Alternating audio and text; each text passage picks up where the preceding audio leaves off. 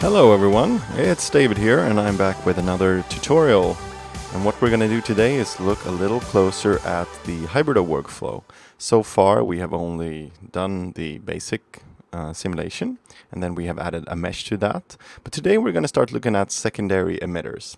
And secondary emitters is something that you can do on top of your already finished domain. So what I've done here, I have simulated the entire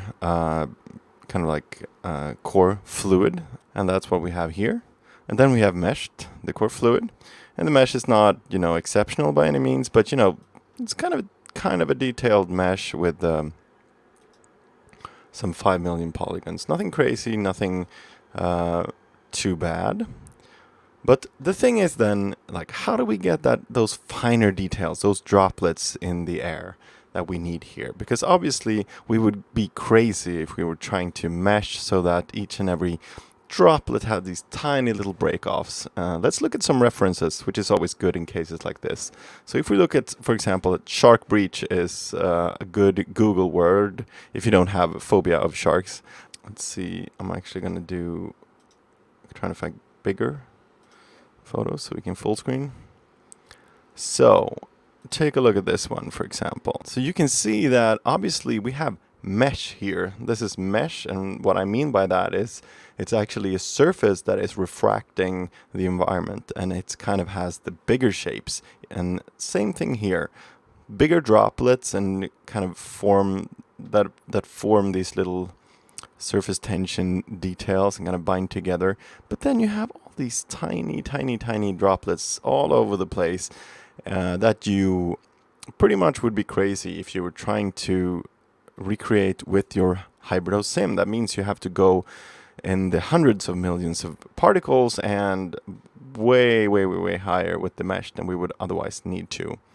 So that's kind of like the big idea behind hybrido, is that you can do the sim itself, and then you can just cache that, and you can add any one of these secondary emitters on top of the sim, like splash, foam, splash and foam, bubbles, bubbles and foam, waterline, wet, wet and foam. And then mist as well is not secondary particle emitter, but actually a fluid. So it kind of creates, when the splash particles are being flying to the air and kind of dissipates into a bit of a fog, then the mist can simulate that. So we're just going to grab pretty much the first one from the left today, and that is the splash emitter. Let me show you. This is the result with the splash, and let me just. So you'll see this is with the splash, and this is only the mesh. So you see the difference. We have nice details in here, but it doesn't look like a splash. It looks like a tiny toy character jumping into a teacup, because the scale. If you don't have those tiny droplet details, the scale looks off, even if the scale is right.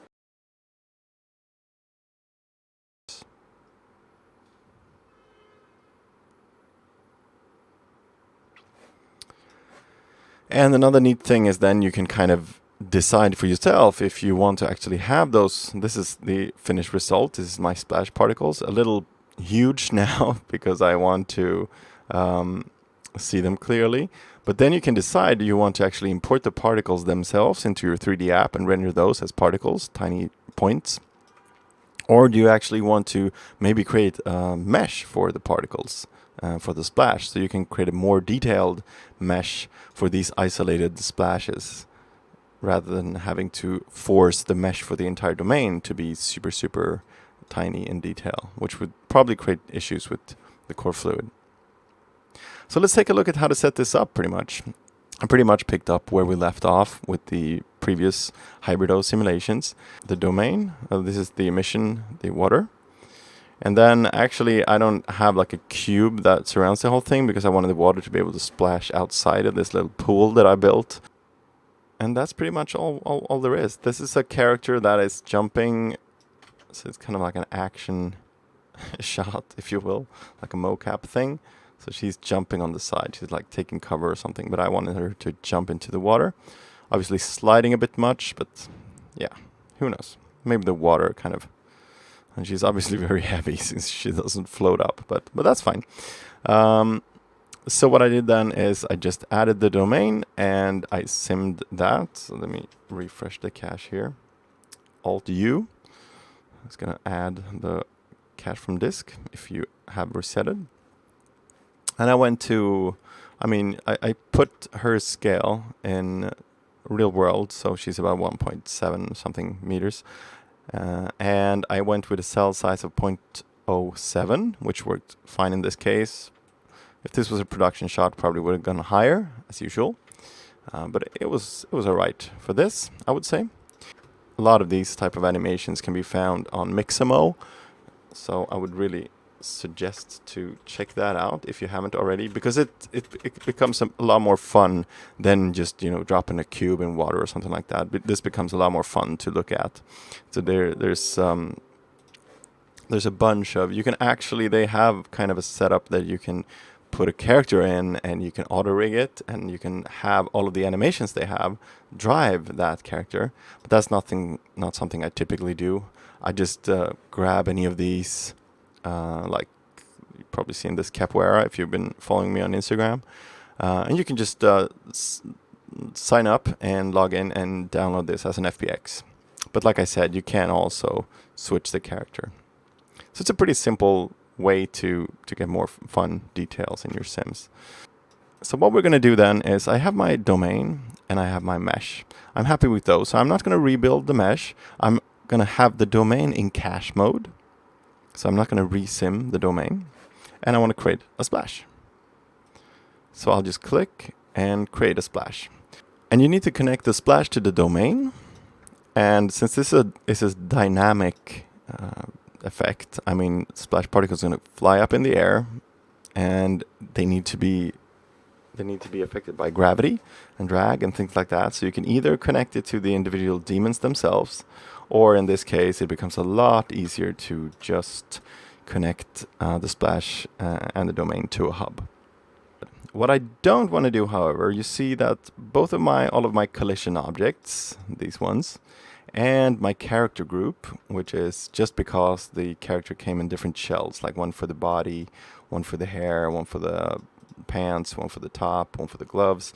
I'll put that all in a group, but I honestly don't really want to play with collisions with the characters now, which might seem a bit counterintuitive, but it's just because the splash particles are going to be generated based on certain properties in the domain, which are already there. And the domain is already based on character collisions. So I don't really want to risk that splash particles are born and then colliding with the character and kind of receiving way too much energy from that collision. So a lot of cases you will want to have the splash particles collide, but I only want them to spread out like a flower around her, and I don't want to be dealing with that right now. Like I said, that energy is already there that she creates by jumping into the water. It's already there in the domain. So I'm going to try to go without that. So instead of having the character group connected to the hub, I just leave it only connected to the domain, so we don't have to worry about splash particles being affected by the collisions with the character.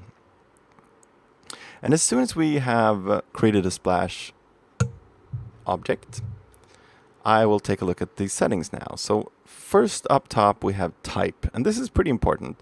We have dumb, standard, liquid particles, and then we have liquid hybrido. So it pretty much in order of computation time and quality. We have dumb, obviously. Dumb particles are pretty much what you used to have in any 3D app. Like if you take your standard particles in Maya, and not the end particles but the standard particles, they can be affected by gravity, they can be emitted, they can collide with things, but they won't collide with each other, and they won't tie to each other. They won't have the surface SPH properties. They won't have surface tension and things like that. So if you want a quick and dirty result, you can try with dumb.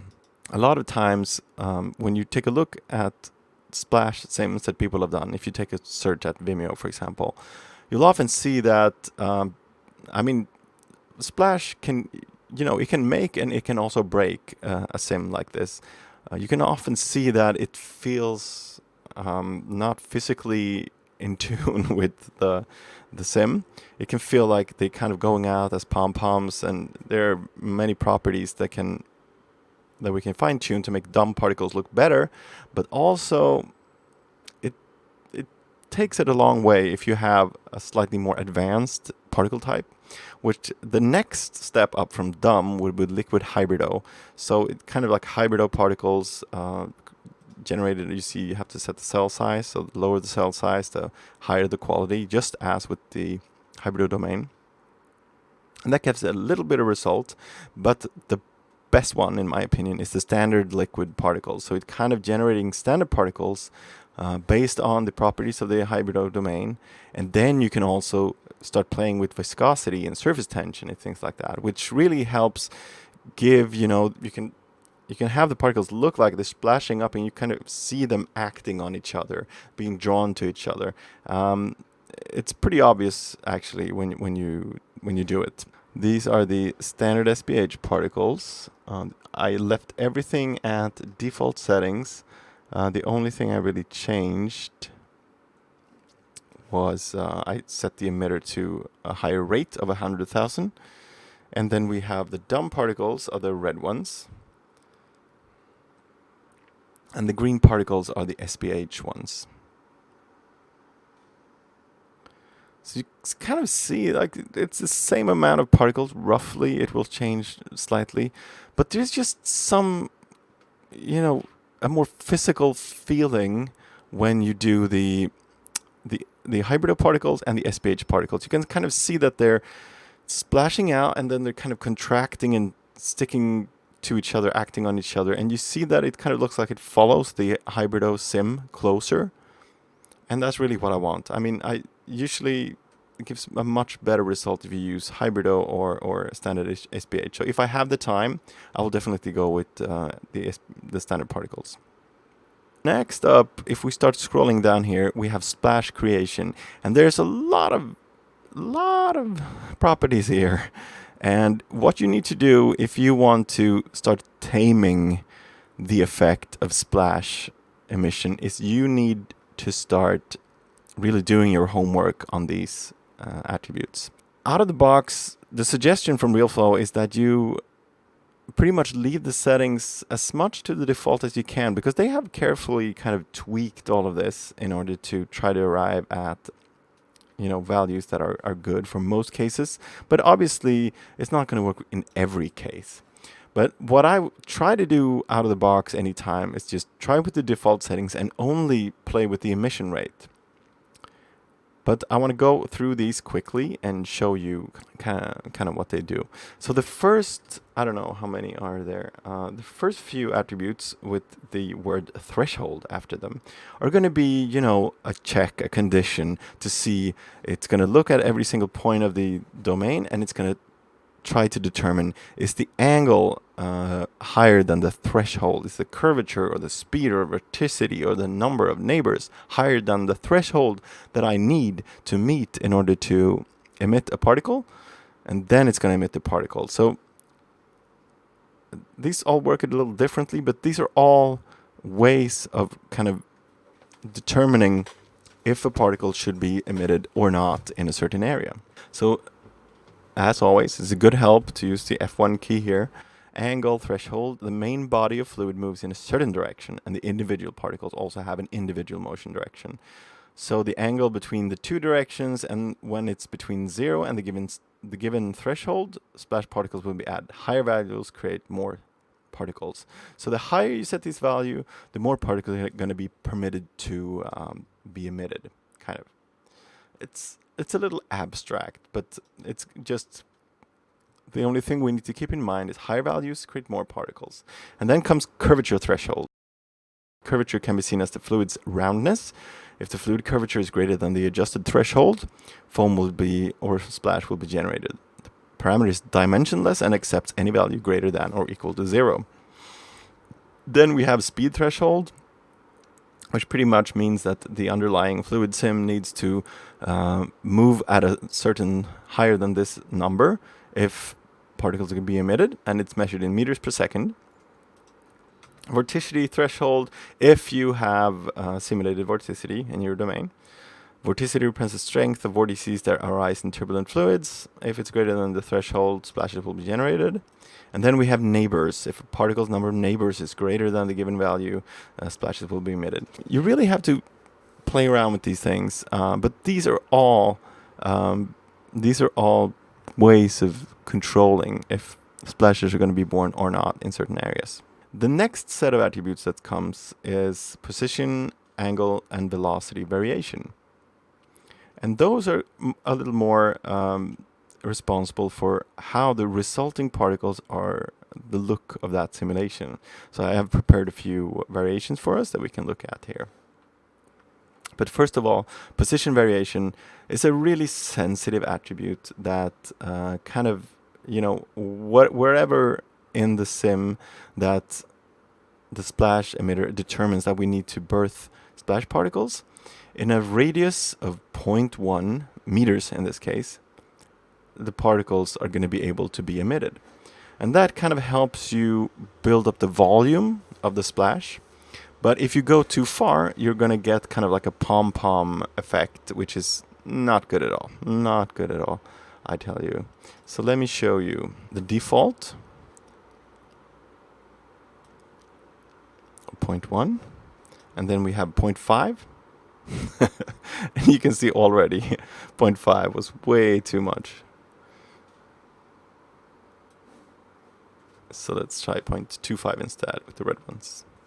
A little better, but you see it should probably have been somewhere between 0.1 and 0.25, or maybe just keep them at 0.1. So this is an attribute that I play with very carefully. I just wanted to exaggerate it so you could see kind of like what it could lead to.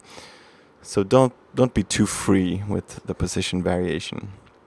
The angle variation is going to be kind of like if you imagine this particle is traveling in this direction, and then you can kind of imagine like a random direction, like a cone or an angle based on the velocity vector. How far are the particles going to be permitted to spread out in?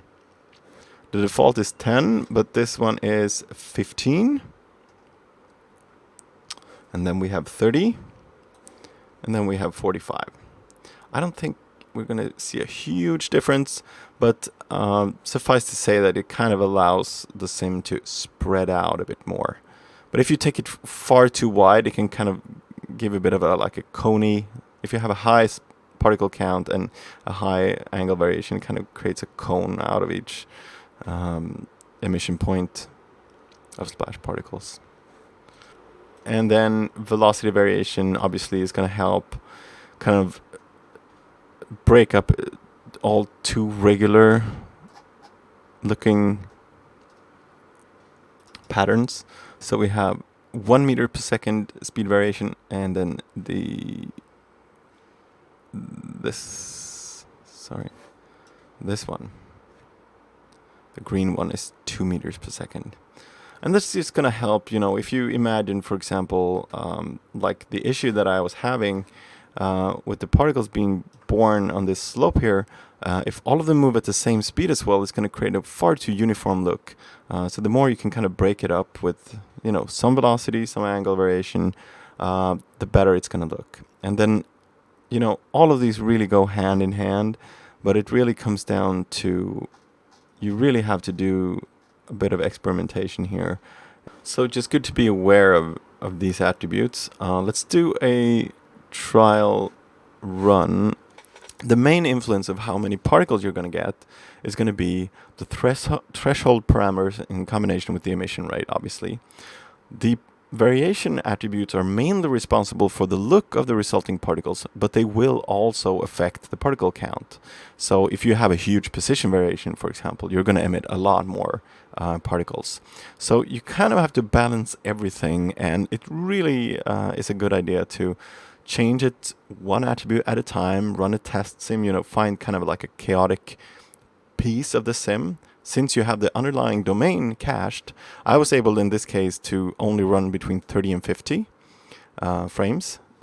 So that helped me kind of like really make a lot of tests really fast and arrive at these values. And once you kind of start to think like it could look good, then I would suggest upping the emission rate rather than playing with any of the other parameters too much. And I would only play with like the threshold or something if I start to feel like, you know, I'm having kind of issues, artifacts, or unwanted results.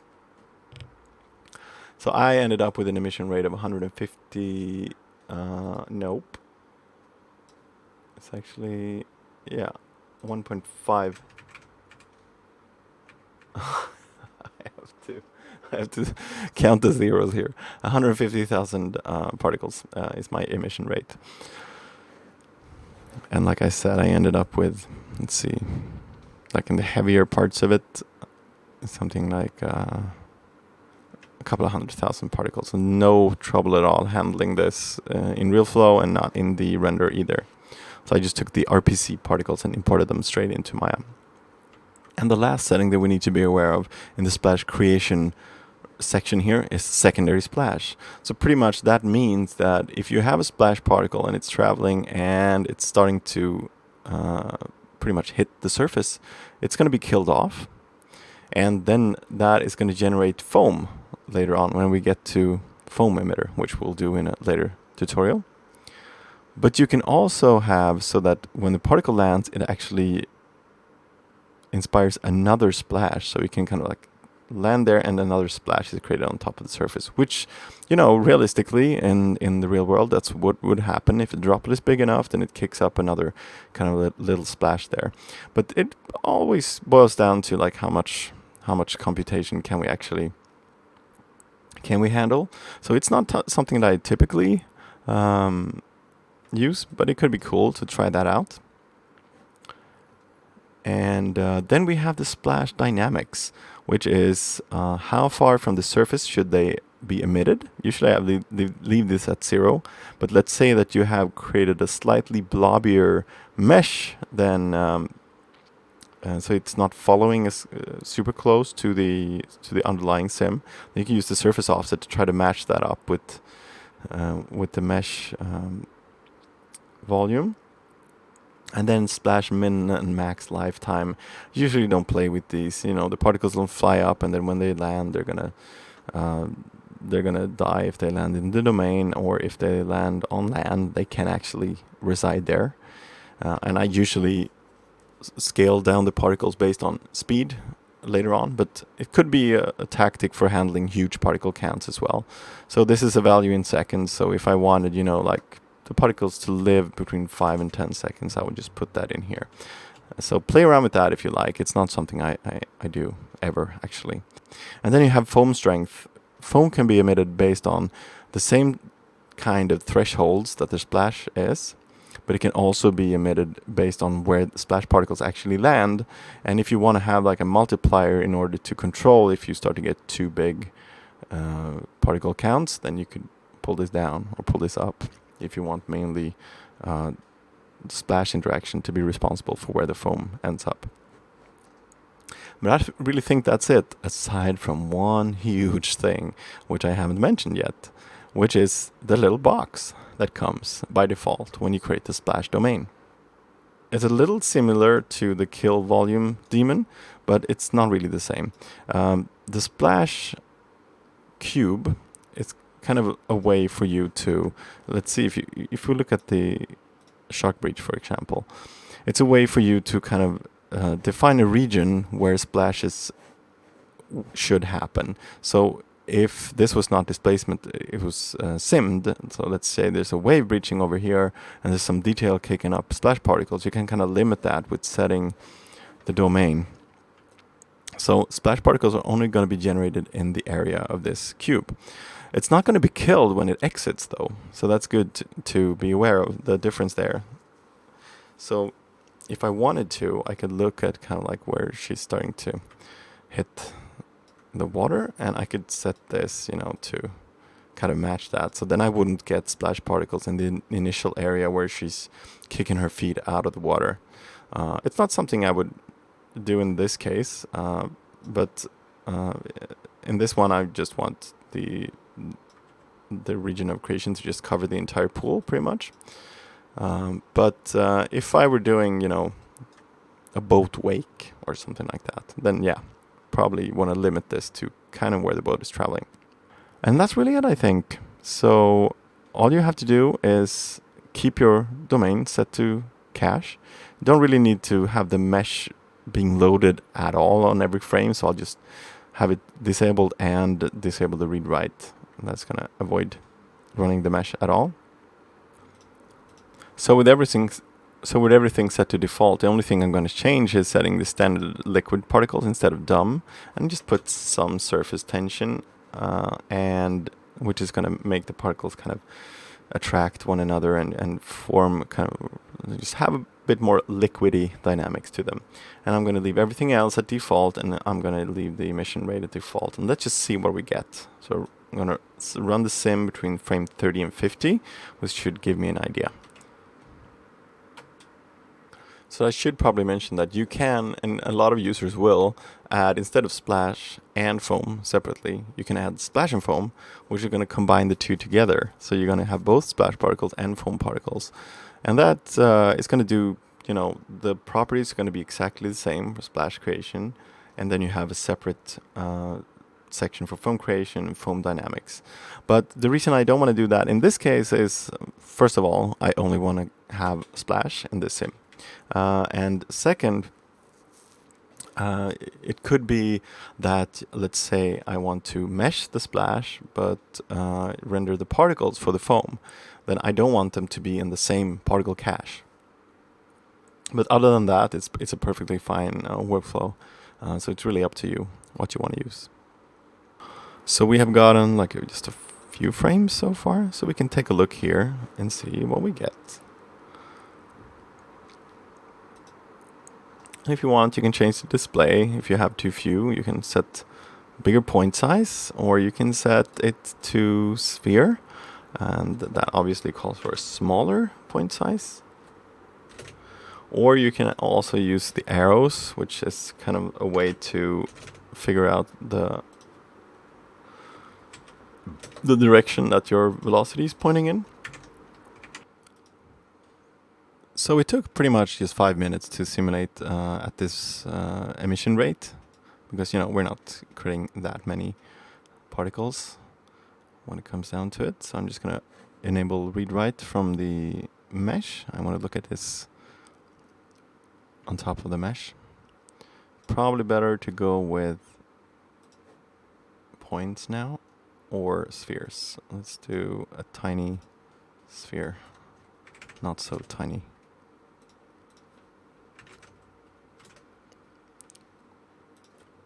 Okay, last time. There we go. So I'm thinking that emission happens in pretty much the right places. If you kind of squint, you can see that it's kind of, it's kind of like you don't want it to follow exactly the domain in only the splashy areas. You want it to spread out a bit more than that, obviously. But you kind of want the overall shape to be inspired by the domain. You don't want just one big poof of particles, because that obviously we could have just put a circular emitter in our 3D package. So I'm kind of liking the way it's looking. What I'm not liking is that the emission is spreading too far down here on this slope. It feels like this area is too smooth in order to generate. It could probably generate bubbles, but that's for later. So what I want to do is I want to use one of the threshold parameters. And in this case, I'm going to use the speed, because the particles here are not moving as fast as the particles up here. So I'm just going to double my speed threshold and sim again without changing anything else, just so that we see if this remedies our problem. And it's taking roughly 9, 10, 11 seconds per frame, so that's nothing crazy at all. Even though you're doing the most advanced one, that kind of hints at the fact that we could be doing a lot more particles, but let's just see what we end up with. And it really boils down to what you want to do next. If you're gonna want to mesh these splash particles, or if you're gonna render them as individual particles, it really is up to you. I guess I'll do a video at some point where we explore those options. I usually think it gives super nice details to render the particles as individual points, if you can. So we should have frame 41 shortly, which is the frame before the one we have in the viewport.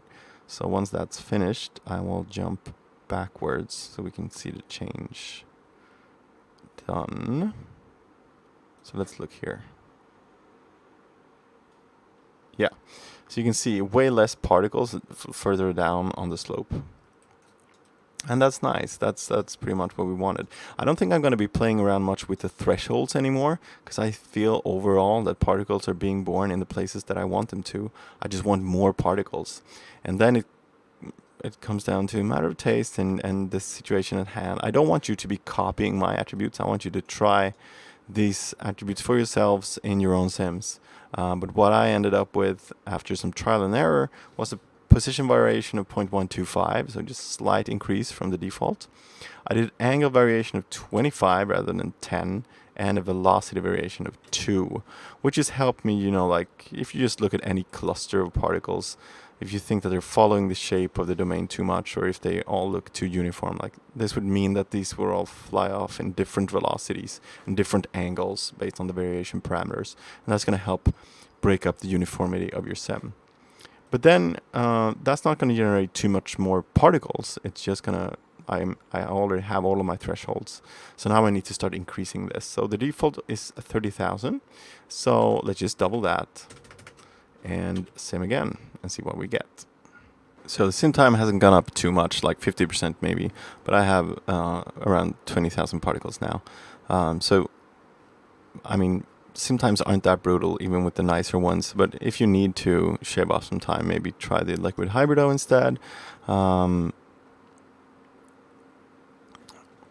will pretty much just leave it up to you to experiment with how many particles you can handle. But let me just go to, like, you see that the volume is thickening up now that we have more particles, around 20,000. Let's see, 38 we have.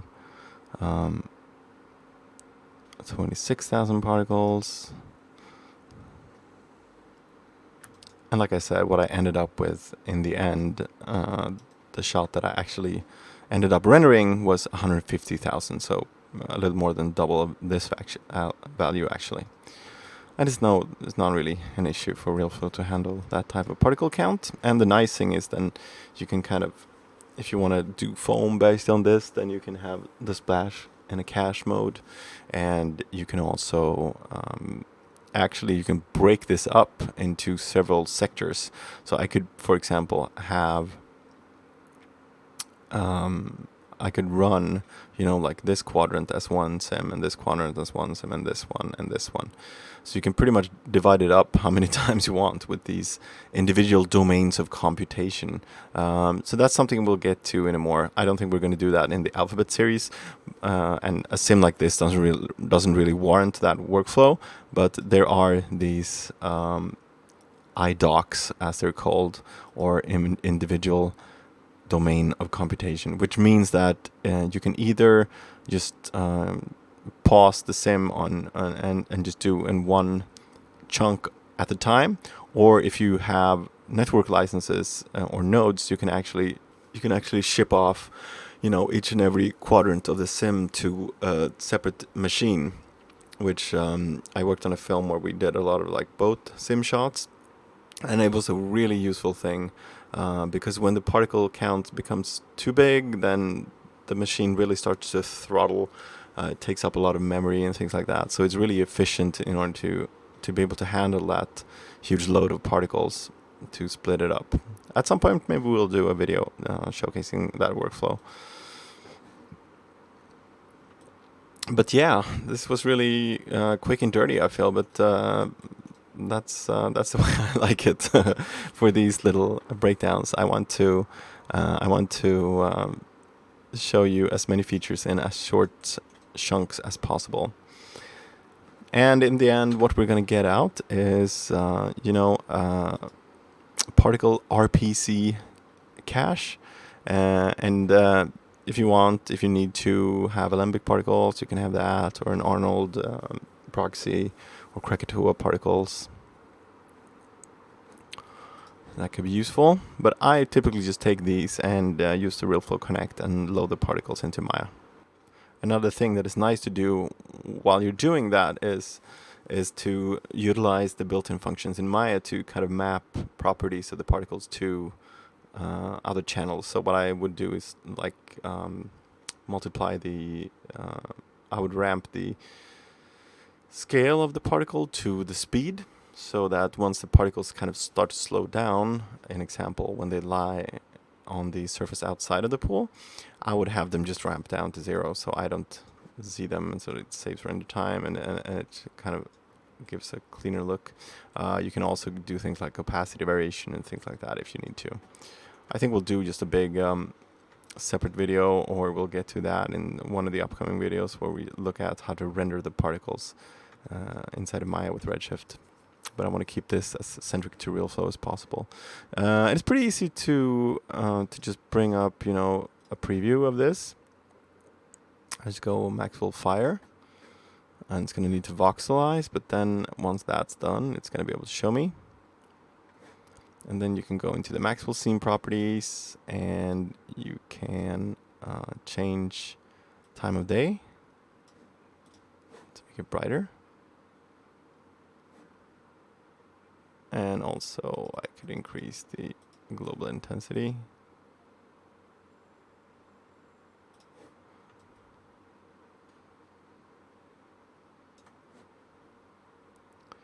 And really, like, having the particles separate from the mesh really helps you to define that as a separate material. So even here in Realflow, we can give it another completely different material. If we don't want, you know, a watery shader, I could use, there's some presets in here. You can actually use Maxwell materials if you find some to download or create in the Maxwell Studio. I usually just, you know, it's not going to be the final output anyway, so I usually just use these outputs. So white paint, a little wrong, but it really helps to keep it apart from the water. And I'll do the mesh as,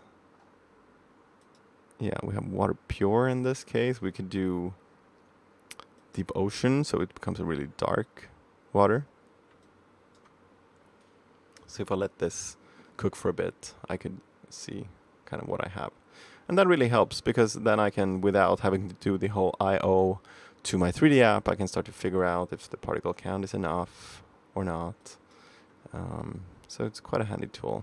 And now in Realflow 10.5, which I hope that you have upgraded to, because you're entitled to a free upgrade as a licensee, you actually have the latest version of Maxwell. So there's GPU acceleration, there's denoising and everything. So it's really chugging along a lot faster than it did when I was doing the Alphabet series from the get-go.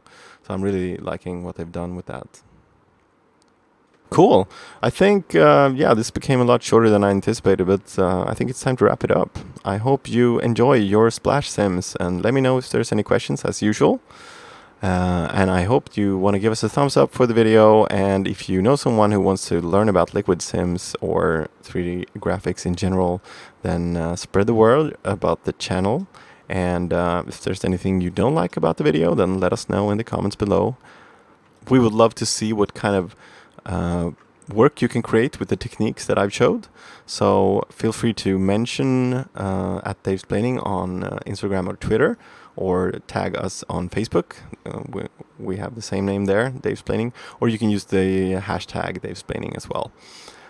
We would love to see what you can create, and I would be happy to share your work to my little gang of followers on Instagram and Twitter. So, thanks for tuning in, and see you in the next one. Take care, and bye-bye.